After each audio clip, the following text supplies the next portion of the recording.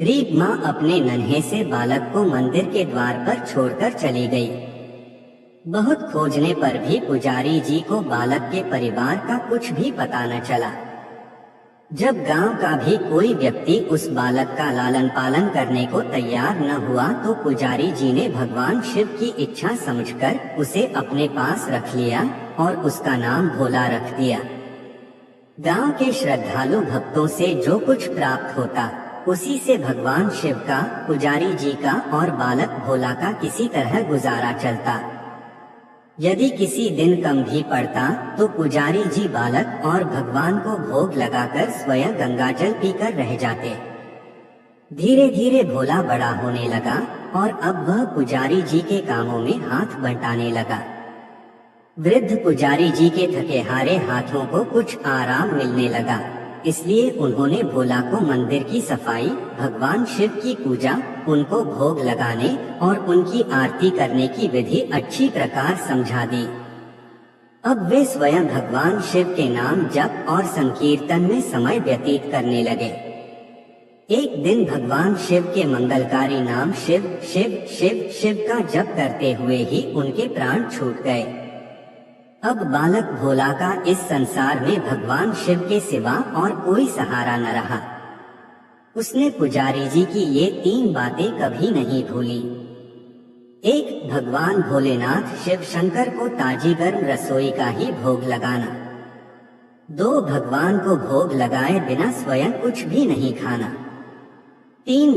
भगवान शिव पर विश्वास रखकर कभी भी किसी भी वस्तु का संग्रह न करना, बासी भोजन का भी नहीं। यदि कोई भक्त पहले से बना भोजन या मिठाई मंदिर में दे जाता तो बालक भोला उसे गरीबों में बांट देता। वह ताजी रसोई बनाकर ही भगवान को भोग लगता, उसके बाद ही स्वयं प्रसाद ग्रहण करता और यदि बचता तो उसे बांट देता। यदि रसोई बनाने को सामग्री न होती तो भोले बाबा और भोला भगत दोनों गंगाजल पीकर ही रह जाते। एक बार बरसात का मौसम आया और 3-4 दिन तक मूसलाधार वर्षा होने से मंदिर में एक भी भक्त नहीं झांका। भोला अपने भोले बाबा को गंगाजल का ही भोग लगाता और उसे ही पीकर रह जाता। भोले बाबा बालक की भक्ति और सहन शक्ति की परीक्षा लेते रहे, किंतु आखिर में अपने भक्त बालक को भूख से तड़पते देख उनसे रहा न गया। वे सेठ के नौकर का रूप धरकर हाथ में भोजन सामग्री की पोटली लेकर वर्षा में भीगते हुए मंदिर के द्वार पर जा पहुँचे। उन्होंने आवाज लगाकर भोला को बुलाया और उसके हाथ में पोटली देते हुए बोले, सेठ जी ने यह कच्चा राशन भेजा है, इससे रसोई बनाओ, भोग लगाओ और स्वयं भी प्रसाद पाओ। मैं कल फिर आऊंगा। भोला भगत ने आशीर्वाद देकर उसे विदा किया और सूखी गीली लकड़ियों के धुएं में गर्म रसोई बनाकर भोले बाबा को भोग लगाया। पूरे बरसात के मौसम में भोले बाबा नौकर के वेश में भोला भगत को सीधा देने आते रहे और स्वयं भी गर्मागर्म रसोई का भोग पाते रहे।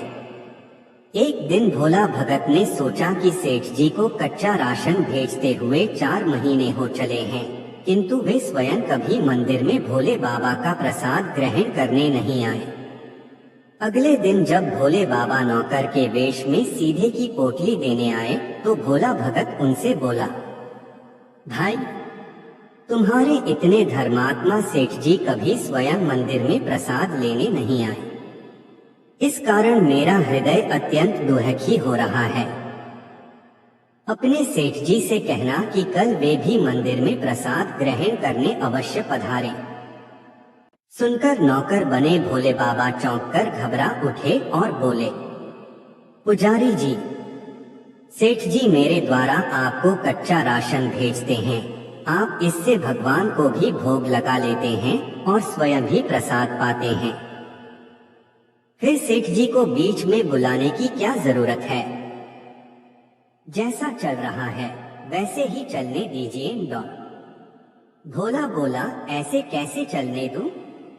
आपके धर्मात्मा सेठ जी इतने दिनों से कच्चा राशन भेज रहे हैं, क्या मैं उन्हें भगवान का प्रसाद देने का अपना कर्तव्य भी पूरा न करूं? मैं किसी का उधार खाने वाला नहीं हूँ। अपने सेठ जी से कह देना कि यदि कल भोले बाबा का प्रसाद ग्रहण करने न पधारे तो मैं उनका कच्चा राशन लेना बंद कर दूंगा।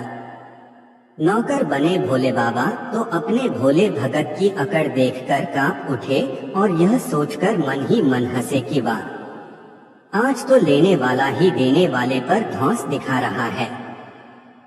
लेकिन सरल हृदय भक्त के मनोभाव पर रीझ कर वे बोले, ठीक है पुजारी जी, कल सेठ जी मंदिर में प्रसाद ग्रहण करने जरूर पधारेंगे। दूसरे दिन बड़े सवेरे ही भोले बाबा नौकर के वेश में दूध और बहुत सारी भोजन सामग्री लेकर मंदिर पहुंच गए। भोला चौंकते हुए बोला, भाई आज इतना सारा सीधा किस लिए ले आए? नौकर बने भोले बाबा बोले, पुजारी जी भूल गए क्या? आज आपने सेठ जी को प्रसाद के लिए बुलाया है, इसलिए आप छक्कर रसोई बनाइए और भोले बाबा को भोग लगाइए। हाँ, यह तो बता दीजिए कि सेठ जी किस समय पधारे? भोला ने प्रसन्न होकर उन्हें सेठ जी के आने का समय बता दिया। अब भोला भगत की इच्छा पूर्ण करने के लिए भोले बाबा कैलाश पर सेठ का रूप धारण करने लगे। इधर अपने स्वामी को एक प्यारे भक्त के यहाँ जाने का समाचार सुनकर ममतामयी अन्नपूर्णा माँ पार्वती भी भला कैसे पीछे रहती। वे भी पति की आज्ञा लेकर सेठानी का रूप धारण करने में जुट गई। भोले बाबा ने अपने गले से मुंडों की माला उतार दी, शरीर पर लगी भस्म, कमर पर पहना हुआ बाघांबर और बाहों और कानों में पहने सांपों के हार भी उतार कर रख दिए। उन्होंने एक मखमल का सुंदर कुर्ता धारण कर लिया, अपनी जटाएं सीधी कर गंगा और चंद्रमा को उसमें छिपा लिया और ऊपर से एक सुंदर रंग बिरंगी पगड़ी पहन ली। सदैव नंगे पैर विचरण करने वाले शिवजी ने आज अपने पैरों में रेशमी जूतियां धारण कर ली। हाथ का त्रिशूल और डमरू भोले बाबा ने नंदी के हाथ में थमा दिया और अपने हाथ में एक सुंदर छड़ी लेकर पार्वती जी के तैयार होने की प्रतीक्षा करते हुए कैलाश पर चहलकदमी करने लगे। इधर पार्वती जी घंटों से तैयार होने में जुटी हुई थीं। उन्होंने आज अपने पतिदेव के नगर में बनी सुंदर बनारसी साड़ी निकालकर पहनी, जिसका रंग सेठ बने शिवजी के कुर्ते से मैच कर रहा था। उन्होंने सोने चांदी हीरे के जगमगाते हुए आभूषण धारण कर लिए, बगल में सुंदर सा पर्स ले लिया और भोले बाबा के बार बार आवाज लगाने के बाद श्रृंगार कक्ष से बाहर निकल कर आई।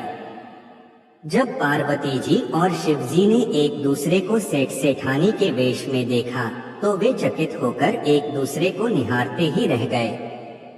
दोनों एक दूसरे को देख देख कर निहाल हुए जा रहे थे। इससे पहले उन्होंने कभी एक दूसरे का ऐसा सुंदर रूप देखा ही नहीं था। जब भगवान गौरीशंकर सेठानी सेठ का रूप धरकर कैलाश से अपने भक्त के यहाँ दावत खाने चले गए तो गणेश, कार्तिकेय, नंदी, ऋषिमुनि, देवता, देवांगनाएं भी उन्हें देखकर ठगे से रह गए। सेठ बने शिवजी अपने हाथ में ली हुई छड़ी को अदा से घुमाते हुए पृथ्वी पर टेकते हुए चल रहे थे और उनके पीछे पीछे बगल में पर्स लिए अपनी जूती से टकटक और पायलों से छन छन की मधुर ध्वनि करती हुई माँ पार्वती सेठानी बनी हुई चल रही थी। इधर भोला भगत आज सुबह से ही सेठ जी के स्वागत में भांति भांति के पकवान बनाने में जुटा हुआ था। अपने भोले बाबा का भोग तो वह चलते फिरते बना लेता था, किंतु आज उसे कई महीने से भगवान को भोग लगाने के लिए कच्चा राशन भेजने वाले सेठ जी को भगवत प्रसाद देना था। आज उसने अपनी सारी पाकला झोंक डाली थी।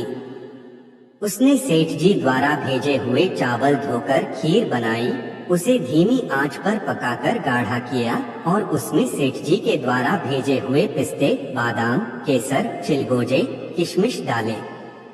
मिर्च और अदरक को कूटकर उसे बाजरा, बेसन और गेहूं के आटे में भर भर कर मोटे मोटे मिस्से टिक्कड़ बनाए। रसोई बनाकर भोला भगत पुनः स्नान करने चला गया ताकि स्वच्छ वस्त्र पहनकर भोले बाबा को भोग लगा सके और सेठ जी को उनका प्रसाद दे सके। जब भोला भगत स्नान करके लौटा तो देखा सेठ जी प्रसाद ग्रहण करने के लिए स्वयं तो आए ही हैं, संग में अपनी सेठानी जी को भी ले आए हैं। भोला ने झट दोनों से राम राम की, उन्हें आसन देकर बैठाया और बोला, मैं अभी भगवान को भोग लगाकर आता हूँ, फिर आपको प्रसाद परोसूंगा।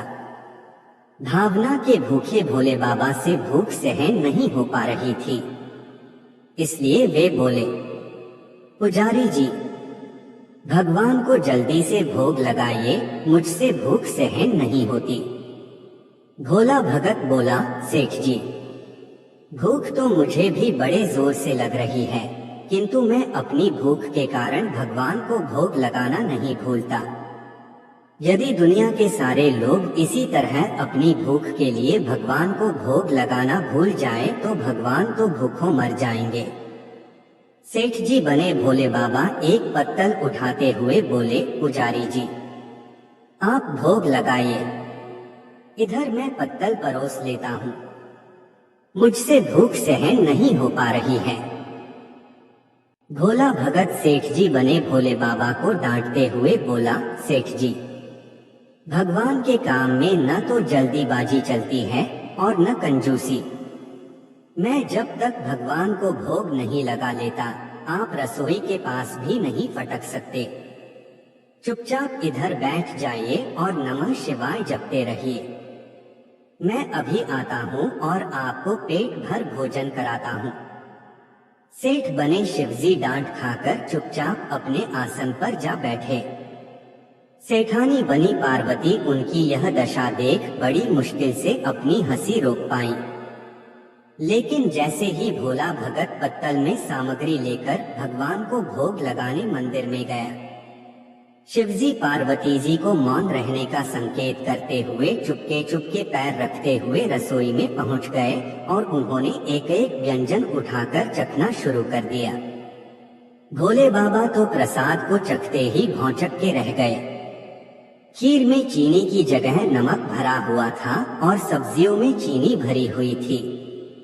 जैसे ही भोले बाबा ने रोटी का एक टुकड़ा तोड़कर मुंह में दिया, वे सीसी करने लगे, क्योंकि रोटी में मिर्ची मिर्च भरी थी। वे सीसी करते हुए उल्टे पैर भाग आए और अपने आसन पर जा बैठे। माँ पार्वती अपने स्वामी की यह हालत देखकर खिलखिलाकर हंस पड़ी। इससे पहले कि भोले बाबा पार्वती जी के सामने कुछ सफाई दे पाते, भोला भगत नमः शिवाय मंत्र का जप करते हुए आ पहुंचा। उसने भोग को रसोई में मिलाकर उसे पवित्र बना डाला और फिर सेठ जी के सामने पत्तल परोसकर हाथ जोड़कर बोला, सेठ जी, अब आप जी भरकर प्रसाद पाइए। भोले बाबा तो अभी अभी भक्त की भक्ति से भी जोरदार उसके हाथ की बनी हुई रसोई चख चुके थे। आंख उसे ग्रहण करने की बात सुनकर उनके पसीने छूटने लगे। कभी वे भोला का तो कभी पार्वती का मुख देखने लगते। भोला को सेठ जी की ढील बर्दाश्त नहीं हुई और बोला, सेठ जी, अब क्या हो गया आपको? अभी अभी तो इतनी उतावली मचा रहे थे, अब क्यों नहीं ग्रहण करते? आप ग्रहण करो, तभी तो माताजी भी प्रसाद ग्रहण करेंगी और फिर मैं भी प्रसाद पाऊंगा। भोला की ललकार सुनकर भोले बाबा ने चुपचाप खीर का कुल्हड़ उठाया और सारी नमकीन खीर गटागट पी गए। कुल्हड़ खाली होने की देर थी कि भोला ने उसे झट से भर दिया। अपने प्रिय भक्त के हाथों परोसे हुए भोग में भगवान को आज दुगना स्वाद आने लगा। भोला परोसता गया और भोले बाबा पीते गए।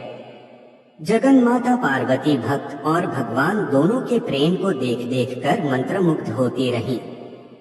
जब सारी रसोई समाप्त हो गई तो भगवान ने एक जोर की डकार ली। भोला को होश आया और बोला, वाह सेठ जी वाह, मैं ही बावला था जो इतनी थोड़ी सी रसोई बनाई। मुझे पता होता कि आपको प्रसाद ग्रहण करने का इतना शौक है तो और भी ज्यादा रसोई बनाता। भोले बाबा अपने पेट पर हाथ फेरते हुए सेठानी बनी पार्वती जी की ओर मुस्कुराकर देखते हुए बोले, पुजारी जी, मैं इतना रोज कहाँ खाता हूँ, किंतु आज प्रसाद इतना स्वादिष्ट बना था कि अपने पर वश ही नहीं रहा और खाता ही चला गया। किंतु तभी भोला भक्त रुआसा होकर बोला, सेठ जी, वह तो आपने ठीक किया, लेकिन माताजी तो भूखी ही रह गई। ममतामयी पार्वती माँ से भोला का रुआसा मुख देखा नहीं गया। उन्होंने बची हुई खीर की 4 बूंदें अपने कंठ में टपका ली। भोले बाबा द्वारा भोग लगाने से प्रसाद में अद्भुत अलौकिक स्वाद भर गया था। ऐसी सुगंधित और मीठी खीर चखकर जगजननी आकंठ तृप्त हो गई और उनके तृप्त होते ही सृष्टि का प्रत्येक प्राणी तृप्त हो गया। भोला भगत बोला, सेठ जी, आपने और माताजी ने प्रसाद ग्रहण कर लिया, इससे मुझे अत्यंत संतोष हुआ है। समझ लीजिए कि आप दोनों द्वारा प्रसाद ग्रहण करने से मेरा भी पेट भर गया। मेरी तो वैसे भी महीने में 4-4 एकादशी हो जाती हैं, किंतु मैं भी एक दाना ले ही लेता हूँ, जिससे कि भोले बाबा के प्रसाद का अनादर न हो। यह कहकर जैसे ही भोला ने खीर के पात्र में लगा चावल का एक दाना उठाकर अपने कंठ में डाला, उसकी जन्म जन्मांतर की भूख प्यास मिट गई और समस्त वासनाओं और इच्छाओं की तृप्ति हो गई। उसके ज्ञान के नेत्र खुल गए और उसने देखा कि उसके सम्मुख त्रिलोकीनाथ भगवान शंकर और जगजननी माँ पार्वती आशीर्वाद की मुद्रा में मुस्कुराते हुए खड़े हैं।